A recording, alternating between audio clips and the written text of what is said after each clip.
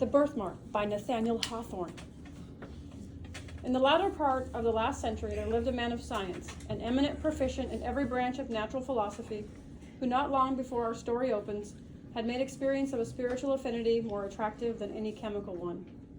He had left his laboratory to the care of an assistant, cleared his fine countenance from the furnace smoke, washed the stain of acid from his fingers, and persuaded a beautiful woman to become his wife.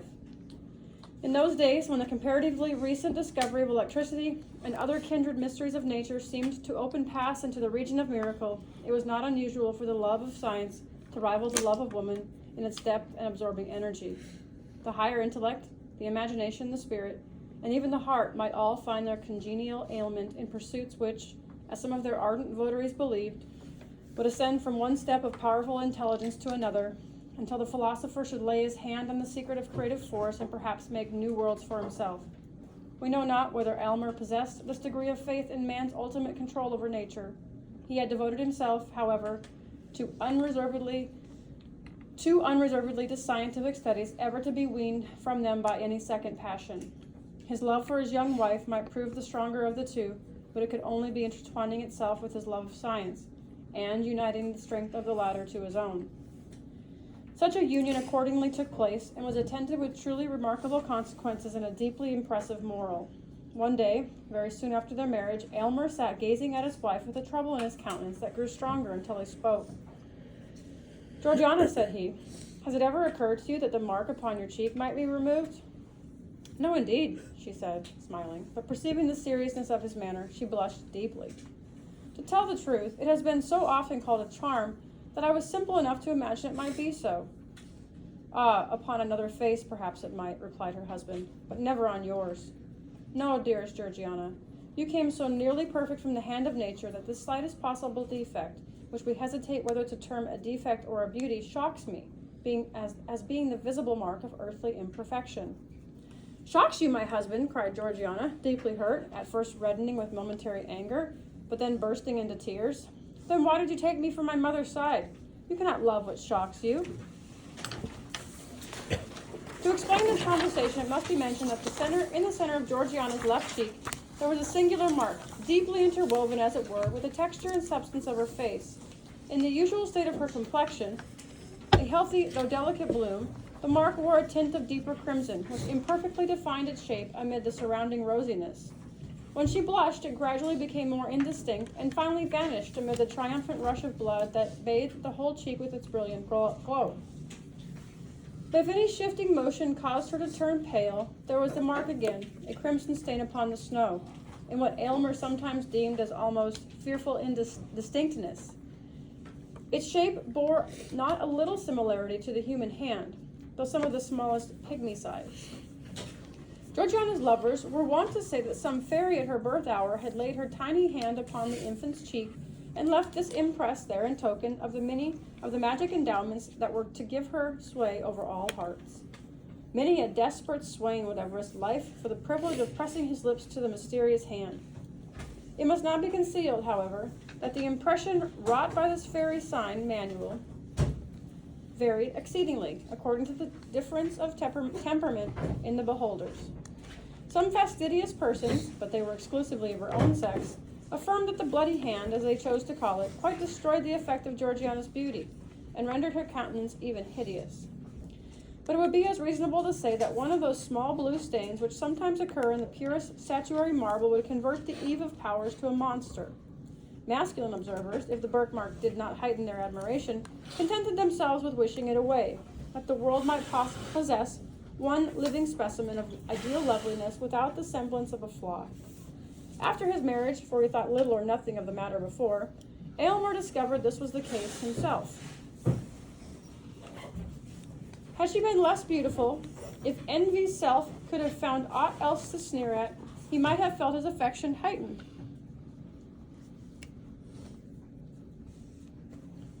By the prettiness of this mimic hand, now vaguely portrayed, now lost, now stealing forth again and glimmering to and fro with every pulse of emotion that throbbed within her heart.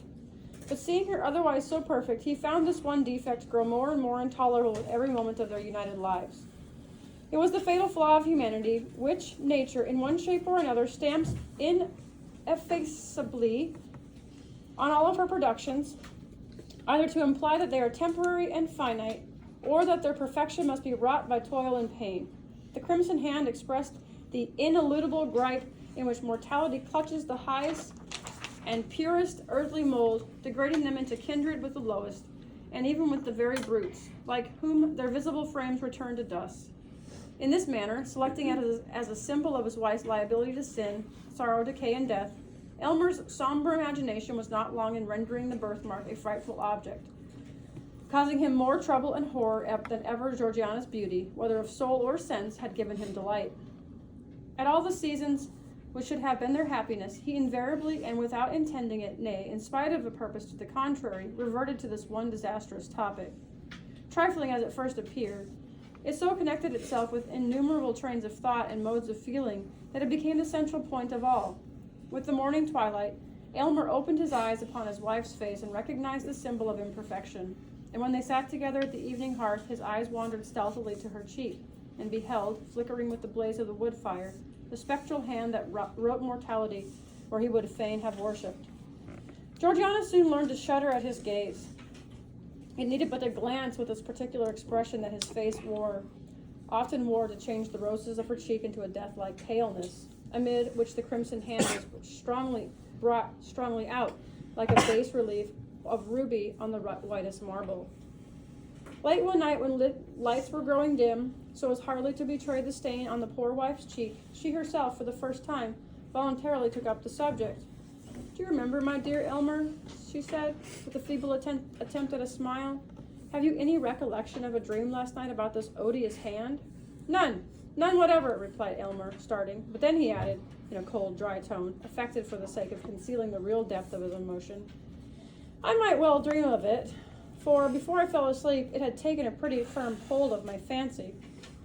"And did you dream of it?" continued Georgiana, hastily, for she dreaded lest a gush of tears should interrupt what she had to say. "A terrible dream. I wonder that you can forget it. Is it possible to forget this one expression? It is in her heart now. We must have it out. Reflect, my husband, for by all means I would have you recall that dream." The mind is in a sad state when sleep, the all-involving, cannot confine her specters within the dim region of her sway, but suffers them to break forth, affrighting this actual life with secrets that perchance belong to a deeper one. Aylmer now remembered his dream. He fancied himself as the servant Aminadab, attempting an operation for the removal of the birthmark. But the deeper went the knife, the deeper sank the hand, until at length its tiny grasp appeared to have caught hold of Georgiana's heart, whence, however, her husband was inexorably resolved to cut or wrench it away. When the dream had shaped itself perfectly in his memory, Aylmer sat in his wife's presence with a guilty feeling. Truth often finds its way to the mind, close, muffled in robes of sleep, and then speaks with the uncompromising directness of matters in regard to which we practice an unconscious self-deception during our waking moments.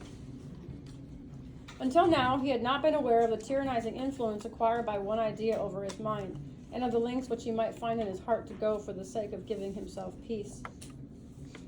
"Aylmer," resumed Georgiana solemnly, "I know not what may be the cost to both of us to rid me of this fatal birthmark. Perhaps its removal may cause cureless, or it may be the stain that goes deep as life itself. Again, do we know that there is a possibility on any terms of unclasping the firm gripe of this little hand which was laid upon me before I came into the world?" "Dearest Georgiana, I have spent much thought upon the subject," hastily interrupted Aylmer. "I am convinced of the perfect practicability of its removal." "If there be the remotest possibility of it," continued Georgiana, "let the attempt be made at whatever risk. Danger is nothing to me, for life, while this hateful mark makes me the object of your horror and disgust, life is a burden which I would fling down with joy. Either remove this dreadful hand, or take my wretched life. You have deep science. All the world bears witness of it. You have achieved great wonders. Cannot you remove this little mark which I cover with the tips of 2 small fingers? Is this beyond your power, for the sake of your own peace, to save your wife from madness?" "Noblest, dearest, tenderest wife," cried Aylmer rapturously, "doubt not my power. I have already given this matter the deepest thought which might almost have enlightened me to create a being less perfect than yourself. Georgiana, you have led me deeper than ever into the heart of science. I feel myself fully competent to render this dear cheek as faultless as its fellow. And then, most beloved, what will be my triumph when I shall have corrected what nature left imperfect in her fairest work. Even Pygmalion, when the sculptured woman assumed life, felt not greater ecstasy than mine will be. It is resolved, then, said Georgiana, faintly smiling. And, Aylmer, spare me not. Though you should find the birthmark, take refuge in my heart at last. Her husband tenderly kissed her cheek, her right cheek, not that which bore the impress of the crimson hand. The next day, Aylmer apprised his wife of a plan that he had formed whereby he might have opportunity for intense thought and constant watchfulness, which the proposed operation would require, while Georgiana likewise would enjoy the perfect repose essential to its success. They were to seclude themselves in the extensive apartments occupied by Aylmer as a laboratory, and where, during his toilsome youth, he had made discoveries in the elemental powers of nature that had roused in the admiration of all the learned science societies in Europe. Seated calmly in his laboratory, the pale philosopher had investigated the secrets of the highest cloud region and the profoundest mines, and he had satisfied himself of the causes that kindled and kept alive the fires of the volcano, and had explained the mystery of fountains, and how it is that they gush forth, some so bright and pure, and others with such rich medicinal virtues, from the dark bosom of the earth. Here, too, at an earlier period, he had studied the wonders of human frame, and attempted to fathom the very process by which nature assimilates all her precious influences from earth and air, and from the spiritual world, to create and foster man, her masterpiece. The latter pursuit, however, Aylmer had long laid aside in unwilling recognition of the truth, against which all seekers sooner or later stumble, that our great creative mother, while she assumes with us, apparently working in the broadest sunshine, is yet severely careful to keep her own secrets, and in spite of her pretended openness, shows us nothing but results. She permits us indeed to mar, but seldom to mend, and like a jealous patentee, on no account to make. Now, however, Aylmer resumed these half-forgotten investigations, not, of course, with such hopes or wishes as first suggested them, but because they involved so much physiological truth, and lay in the path of his proposed scheme for the treatment of Georgiana. As he led her over the threshold of the laboratory, Georgiana was cold and tremulous. Aylmer looked cheerfully into her face with intent to reassure her, but was so startled with the intense glow of the birthmark upon the whiteness of her cheek that he could not restrain the strong, convulsive shudder. His wife fainted. "Aminadab! Aminadab!" shouted Aylmer, stamping violently on the floor. Forthwith there issued from an inner apartment a man of low stature but bulky frame, with shaggy hair hanging from his visage, which had grimed with the vapors of the furnace. This personage had been Aylmer's underworker during the whole scientific career, and was admirably fitted for the office by his great mechanical readiness, and the skill with which, while incapable of comprehending a single principle, he executed all the details of his master's experiments. With his vast strength, his shaggy hair, his smoky aspect, and the indescribable earthiness that encrusted him, he seemed to represent man's physical nature, while Aylmer's splendid figure and pale intellectual face were no less apt a type of the spiritual element. "Throw open the door of the boudoir, Aminadab," said Aylmer, "and burn a pastille." "Yes, master," answered Aminadab, looking intently at the lifeless form of Georgiana, and then muttered to himself, "If she were my wife, I'd never part with that birthmark." When Georgiana recovered consciousness, she found herself breathing an atmosphere of penetrating fragrance, the gentle potency of which recalled her from her death-like faintness. The scene around her looked like enchantment. Aylmer had converted these smoky, dingy, somber rooms, where he had spent his brightest years in recondite pursuits, in a series of beautiful apartments not unfit to be the secluded abode of a lovely woman. The walls were hung with gorgeous curtains, which imparted the combination of grandeur and grace that no other species of adornment can achieve, and as they fell from the ceiling to the floor, their rich and ponderous folds, concealing all angles and straight lines, appeared to shut in the scene from infinite space. For aught Georgiana knew, it might be a pavilion among the clouds, and Aylmer, excluding the sunshine, which would have interfered with his chemical processes, had supplied its place with perfumed lamps, emitting flames of various hue, but all uniting in a soft, empurpled radiance. He now knelt by his wife's side, watching her earnestly, but without alarm, for he was confident in his science, and felt he could draw a magic circle round her within which no evil might intrude. "Where am I? "Ah, I remember," said Georgiana faintly, as she placed her hand over her cheek to hide the terrible mark from her husband's eyes. "Fear not, dearest," exclaimed he. "Do not shrink from me. Believe me, Georgiana, I even rejoice in this single imperfection, since it will be such a rapture to remove it." "Oh, spare me," replied his wife sadly. "Pray do not look at it again. I never can forget that convulsive shudder." In order to soothe Georgiana, and, as it were, to release her mind from the burden of actual things, Aylmer now put in practice some of the light and playful secrets which science had taught him among its profounder lore. Airy figures, absolutely bodiless ideas, and forms of insubstantial beauty came and danced before her, imprinting their momentary footsteps on beams of light. Though she had some indistinct idea of the method of these optical phenomena, still the illusion was almost perfect enough to warrant the belief that her husband possessed sway over her spiritual world. Then again, when she felt a wish to look forth from her seclusion, immediately, as if her thoughts were answered, the procession of eternal existence flitted across the screen. The scenery and the figures of actual life were perfectly represented, but with that bewitching yet indescribable difference which always makes a picture, an image, or a shadow so much more attractive than the original.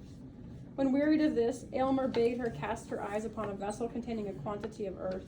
She did so, with little interest at first, but then was soon startled to perceive the germ of a plant shooting upward from the soil. Then came the slender stalk. The leaves gradually unfolded themselves, and amid was a perfect and lovely flower. "It is magical," cried Georgiana. "I dare not touch it." "Nay, pluck it," answered Aylmer. "Pluck it and inhale its brief perfume while you may. The flower will wither in a few moments and leave nothing but its brown seed vessels, and thence be perpetuated a race as ephemeral as itself."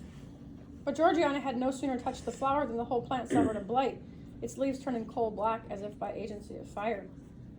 "There was too powerful a stimulus," said Aylmer thoughtfully. To make up for this abortive experiment, he proposed to take her portrait by a scientific process of his own invention. It was to be effected by rays of light striking upon a polished plate of metal. Georgiana assented, but, on looking at the result, was affrighted to find the features of the portrait blurred and indefinable, while the minute figure of a hand appeared where the cheek should have been. Aylmer snatched the metallic plate and threw it into a jar of corrosive acid. Soon, however, he forgot those mortifying failures. In the intervals of study and chemical experiment, he came to her flushed and exhausted, but seemed invigorated by her presence, and spoke in glowing language of the resources of his art. He gave a history of the long dynasty of the alchemists who spent so many ages in quest of the universal solvent by which the golden principle might be elicited from all things vile and base. Aylmer appeared to believe, that by the plainest scientific logic, it was altogether within the limits of possibility to discover this long-sought medium. But, he added, a philosopher who should go deep enough to acquire the power would attain too lofty a wisdom to stoop to the exercise of it. Not less singular were his opinions in regard to the elixir vitae. He more than intimated that it was at his option to concoct a liquid that should prolong life for years, perhaps interminably, but that it would produce a discord in nature which all the world, and chiefly the coiffeur of the immortal nostrum, would find cause to curse.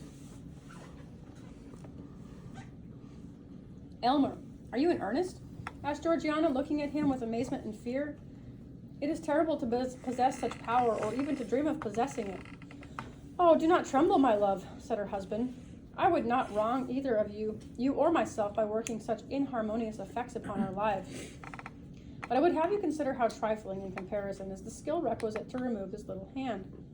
At the mention of the birthmark, Georgiana, as usual, shrank, as if a red-hot iron had touched her cheek. Again Aylmer applied himself to his labors. She could hear his voice in the distant furnace room, giving directions to a Aminadab, whose harsh, uncouth, misshapen tones were audible in response, more like the grunt or growl of a brute than human speech. After hours of absence, Aylmer reappeared and proposed that she should now examine the cabinet of chemical products and natural treasures of the earth.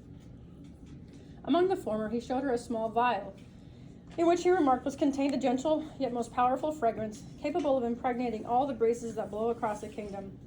They were of inestimable value, the contents of that little vial, and, as he had said, he threw some of the perfume into the air and filled the room with piercing and invigorating delight. "And what is this?" asked Georgiana, pointing to the small crystal globe containing a gold-colored liquid. It is so beautiful to the eye that I can imagine it as the elixir of life. In one sense it is, replied Aylmer, or rather the elixir of immortality. It is the most precious poison that ever was concocted in this world. By its aid I could apportion the lifetime of any mortal at whom you might point your finger. The strength of the dose would determine whether he were to linger out years or drop dead in the midst of a breath. No king on his guarded throne could keep his life if I, in my private station, should deem that the welfare of millions justified me in depriving him of it. Why do you keep such a terrific drug? Inquired Georgiana in horror. Do not mistrust me, my dearest, said her husband, smiling. Its virtuous potency is yet greater than this harmful one. But see, here is a powerful cosmetic. With a few drops of this in a vase of water, freckles may be washed away as easy as the hands are cleansed. A stronger infusion would take the blood out of the cheek and leave the rosiest beauty a pale ghost. Is it with this lotion that you intend to bathe my cheek? Asked Georgiana anxiously. Oh no, hastily replied her husband. This is merely superficial. Your case demands a remedy that shall go deeper. In his interviews with Georgiana, Aylmer generally made minute inquiries to her sensations and whether the confinement of the rooms and the temperature of the atmosphere agreed with her. These questions had such a particular drift that Georgiana began to conjecture that she was already subjected to certain physical influences, whether breathed in with the fragrant air or taken with her food. She fancied likewise that it might be altogether fancy, that there was a stirring up of her system, a strange, indefinite sensation creeping through her veins and tingling half painfully, half pleasurably at her heart. Still, whenever she dared to look in the mirror, there she beheld herself pale as a white rose and with the crimson birthmark stamped upon her cheek. Not even Aylmer now hated it as much as she. To dispel the tedium of the hours with which her husband found it necessary to devote to the processes of combination and analysis, Georgiana turned over the volumes of the scientific library. In many dark tomes, she met with chapters full of romance and poetry. They were the work of philosophers of the Middle Ages, such as Albertus Magnus, Cornelius Agrippa, Paracelsus, and the famous friar who created the prophetic brazen head. And these antique naturalists stood in advance of their centuries, yet were imbued with some of their credulity, and therefore were believed, and perhaps imagined themselves to have acquired from investigation of nature a power above nature, and from physics a sway over the spiritual world. Hardly less curious and imaginative were the early volumes of the Transactions of the Royal Society, in which the members, knowing little of the limits of natural possibility, were continually recording wonders or proposing methods whereby wonders might be wrought. But to Georgiana, the most engrossing volume was a large folio from her husband's own hand, in which he had recorded every experiment of his scientific career, its original aim, the methods adopted for its development, and the final success or failure, with the circumstances to which either event was attributable. The book, in truth, was both history and an emblem of his ardent, ambitious, imaginative, yet practical and laborious life. He handled physical details as if there were nothing beyond them, yet spiritualized them all, and redeemed himself from materialism by his strong and eager aspirations toward the infinite. In his grasp, the veriest clod of earth assumed a soul.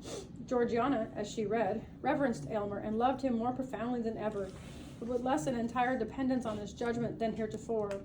Much as he had accomplished, she could not but observe that his most splendid successes were almost invariably failures, if compared with the ideal at which he aimed.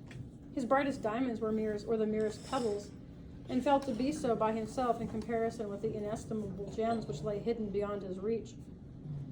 The volume, rich with achievements that he had renowned for its author, was yet as melancholy a record as ever mortal hand had penned. It was a sad confession and continual exemplification of the shortcomings of the composite man, the spirit burdened with clay and working in matter, and of the despair that assails the higher nature at finding itself so miserably thwarted by the earthly part.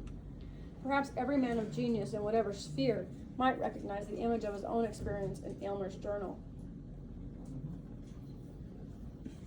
So deeply did these reflections affect Georgiana that she laid her face upon the open volume and burst into tears. In this situation she was found by her husband. "It is dangerous to read in a sorcerer's books," said he with a smile, though his countenance was uneasy and displeased. "Georgiana, there are pages in that volume which I can scarcely glance over and keep my own senses. Take heed lest it prove as detrimental to you." "It has made me worship you more than ever," said she. "Ah, wait for this one success," rejoined he. "Then worship me if you will. I shall deem myself hardly unworthy of it. But come, I have sought you for the luxury of your voice. Sing to me, dearest." So she poured out the liquid music of her voice to quench the thirst of his spirit. He then took his leave with a boyish exuberance of gaiety, as assuring her that her seclusion would endure but a little longer, and that the result was already certain. Scarcely had he departed when Georgiana felt irresistibly impelled to follow him. She had forgotten to inform Elmer of a symptom which for 2 or 3 hours past had begun to excite her attention. It was a sensation in the fatal birthmark, not painful, but which induced a restlessness throughout her system. Hastening after her husband, she intruded for the first time in the laboratory. The first thing that struck her eye was the furnace, that hot and feverish worker, with the intense glow of its fire, which by the quantities of soot clustered above it and seemed to have been burning for ages. There was a distilling apparatus in full operation. Round the room were retorts, tubes, cylinders, crucibles, and other apparatus of chemical research. An electrical machine stood ready for immediate use. The atmosphere felt oppressively close and was tainted with gaseous odors which had been tormented forth by the processes of science. The severe and homely simplicity of the apartment, with its naked walls and brick pavement, looked strange, accustomed as Georgiana had been to the fantastic elegance of her boudoir. But what chiefly, indeed most solely, drew her attention was the aspect of Aylmer himself. He was pale as death, anxious and absorbed, and hung over the furnace as it deepened upon his utmost watchfulness whether the liquid which was distilling should be the draught of immortal happiness or misery. How different from the sanguine and joyous mien that he had assumed for Georgiana's encouragement. "Carefully now, Aminadab, carefully, thou human machine, carefully, thou man of clay," muttered Aylmer, more to himself than his assistant. "Now, if there be a thought too much or too little, it is all over." "Ho, ho," mumbled Aminadab. "Look, master, look." Aylmer raised his hands hastily and at first reddened, then grew paler than ever upon beholding Georgiana. He rushed towards her and seized her arm with a gripe that left the print of his fingers upon it. "Why do you come hither? Have you no trust in your husband?" cried he impetuously. "Would you throw the blight of that fatal birthmark over my labors? It is not well done. Go, prying woman, go." "Nay, Aylmer," said Georgiana, with the firmness of which she possessed no stinted endowment. "It is not you that have the right to complain. You mistrust your wife. You have concealed the anxiety with which you watched the development of this experiment. Think not so unworthily of me, my husband. Tell me all the risk we run, and fear not that I shall shrink, for my share in it far less than your own." "No, no, Georgiana," said Aylmer impatiently. "It must not be." "I submit," replied she calmly, "and, Aylmer, I shall quaff whatever draught you bring me, but it will be on the same principle that would induce me to take a dose of poison if offered by your hand." "My noble wife," cried Aylmer, deeply moved, "I knew not the height and depth of your nature until now. Nothing shall be concealed. Know then that this crimson hand, superficial as it seems, has clutched its grasp into your being with a strength of which I had no previous conception. I have already administered agents powerful enough to do aught except to change your entire physical system. Only one thing remains to be tried. If that fail us, we are ruined." "Why did you hesitate to tell me this?" asked she. "Because, Georgiana," said Aylmer in a low voice, "there is danger." "Danger? There is but one danger, that this horrible stigma shall be left upon my cheek," cried Georgiana. Remove it, whatever be the cost, or we both go mad." "Heaven knows your words are too true," said Aylmer sadly. "And now, dearest, return to your boudoir, and in a little while all will be tested." He conducted her back and took leave of her with a solemn tenderness which spoke far more than his words how much was now at stake. After his departure, Georgiana became wrapped in musings. She considered the character of Aylmer, and did it completer justice than at any previous moment. Her heart exulted, while it trembled, at his honorable love, so pure and lofty that it would accept nothing less than perfection, nor miserably make itself contented with an earthlier nature than he had dreamed of. She felt how more precious was such a sentiment than that meaner kind which should have borne with imperfection for her sake, and have been guilty of treason to holy love by degrading its perfect idea to the level of the actual. And with her whole spirit she prayed that for a single moment she might satisfy his highest and deepest conception. Longer than one moment she well knew it could not be, for his spirit was ever on the march, ever ascending, and each instant required something that was beyond the scope of the instant before. The sound of her husband's footsteps aroused her. He bore a crystal goblet containing a liquor colorless as water, but bright enough to be the draught of immortality. Aylmer was pale, but it seemed rather the consequences of a highly wrought state of mind and tension of spirit than of fear or doubt. "The concoction of the draught has been perfect," said he, in an answer to Georgiana's look. Unless all my science has deceived me, it cannot fail. Save on your account, my dearest Aylmer, observed his wife. I might wish to put off this birthmark of mortality by relinquishing mortality itself in preference to any other mode. Life is but a sad possession to those who have attained precisely the degree of moral advancement at which I stand. Were I weaker and blinder, it might be happiness. Were I stronger, it might be endured hopefully. But, being what I find myself, methinks I am of all mortals the most fit to die. You are fit for heaven without tasting death, replied her husband. Why do you speak of dying? The draught cannot fail. Behold its effect upon this plant. On the window seat there stood a geranium diseased with yellow blotches, which had overspread its leaves. Aylmer poured out a little quantity of liquid upon the soil in which it grew. In a little time, when the roots of the plant had begun to take up moisture, the unsightly blotches began to be extinguished in a living verdure. There needed no proof, said Georgiana quietly. Give me the goblet I joyfully stake upon all your word. Drink then, thou lofty creature, exclaimed Aylmer, with fervid admiration. There is no taint of imperfection on thy spirit.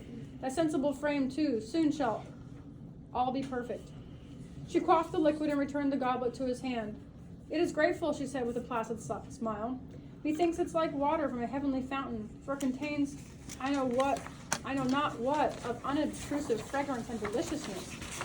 It allays a feverish thirst that had parched me for many days.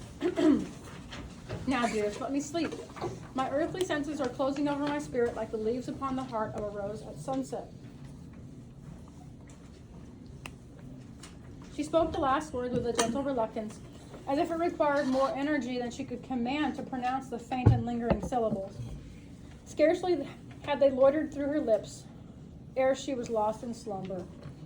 Aylmer sat by her side, watching her aspect with the emotions proper to a man, the whole value of whose existence was involved in the process now to be tested. Mingled with this mood, however, was the philosophic investigation characteristic of the man of science.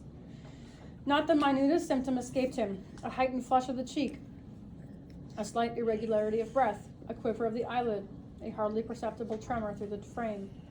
Such were the details which, as the moments passed, he wrote down in his folio volume.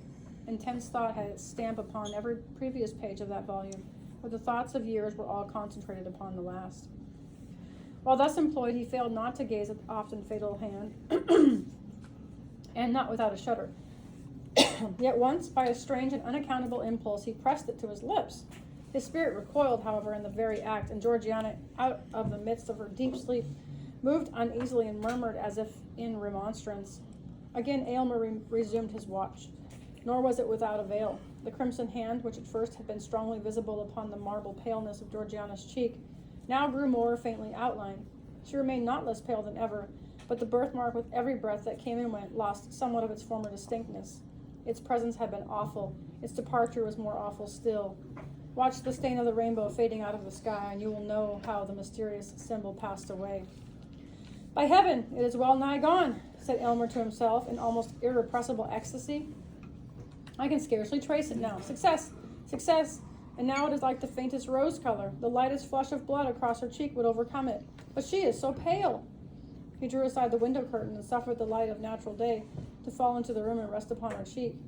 At the same time he heard a gross, hoarse chuckle, which he had long known as the servant Aminadab's expression of delight. Ah, Claude! Ah, earthly mass! Cried Aylmer, laughing in a sort of frenzy. You have served me well. Matter and spirit, earth and heaven, have both done their part in this. Laugh, thing of the senses. You have earned the right to laugh. These exclamations broke Georgiana's sleep. She slowly unclosed her eyes and gazed into the mirror which her husband had arranged for that purpose. A faint smile flitted over her lips when she recognized how barely perceptible was now the crimson hand which had once blazed forth with such disastrous brilliancy as to scare away all their happiness.